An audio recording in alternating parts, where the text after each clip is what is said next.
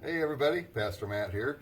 We're actually sitting in my bathroom. As you can look, it's been gutted. You can even see through the floor. There's a reason why I had to do all this. And there again, God's given me a message I just want to share with you. Hopefully you can apply it to your lives. Have you ever talked bad about somebody or just talked negative or found yourself venting frustrations at the expense of someone else? Well, I kind of did in this bathroom. The reason why this is completely gutted and you see some rot here is because right where I'm sitting is where our shower was at.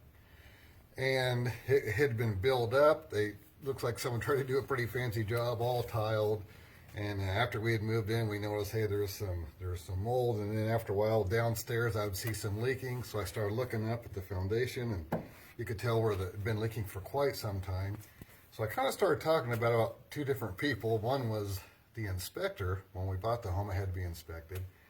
And I come to find all this damage that inspector, he didn't see or he didn't point it out. So I'm like, well, what kind of job was he doing? What did I pay him for? And then about the shower, I'm thinking, why did these people do such a horrible job? I mean, it's leaking everywhere. What's going on? And I come to find out after I tore into it, they actually did a phenomenal job. They had a liner. They had poured cement in the liner. They had put all the plastic up. They had Durarocked it. They had tiled it. They had taken a lot of great steps. But although you can't see this, here is my brick foundation. And over time, this side has actually tilted down. So the settling of the home actually caused a crack that allowed the water to run in and eventually come up the drywall and do a lot of damage. All this to say is I spoke against somebody that actually did a very good job. And so the question comes, why do we do that? Why do we find reasons to put others down? Or even if something bad did happen, why do we find it necessary to point out what someone did that could have been bad? And what's the Bible say about it? And that's what I want us to read and just apply this to our lives. Listen to Ephesians chapter 4, verse 29 through 31 says this: Don't use foul or abusive language. Let everything you say be good and helpful, so that your words will be an encouragement to those who hear them.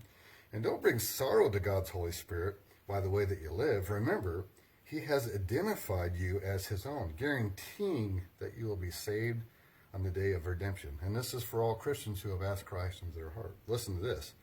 Get rid of all bitterness, rage, anger, harsh words, slander, and as well as all types of evil behavior. Instead, be kind to each other, tender-hearted, forgiving one another, just as God, through Christ, has forgiven you.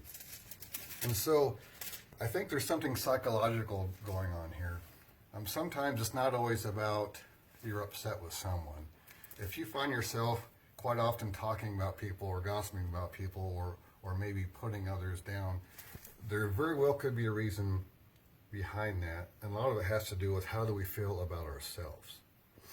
I've been around many people and even seen myself at times do that, maybe pointing out the faults of others in front of a group in order to maybe lift me up a bit because we're struggling with ourselves. And in reading through the Bible, there's a couple scriptures where God points out that we have to love ourselves. It's vital. The greatest commandment is love the Lord your God with all your heart, soul, and mind. But then the second is love your neighbor as yourself. God desires you to have a love for yourself. Last week, our sermon was about husbands and wives, and it said that the husband must love his wife as Christ loved the church, but he also must love him or love her as he loves himself. And so if you're struggling with yourself, that may be coming out in the way that you're treating others.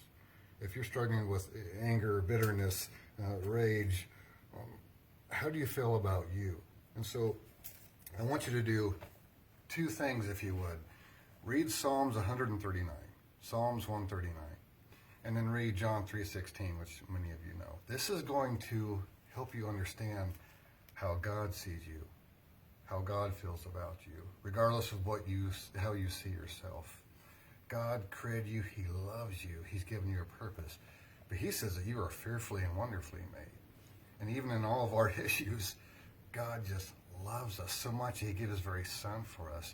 So in order for us to be in love with ourselves, we have to understand how God feels about us. And then realize, hey, all this negative energy, it could be coming from how I feel about me. I think once we grab a hold of that, God can do some amazing things through us.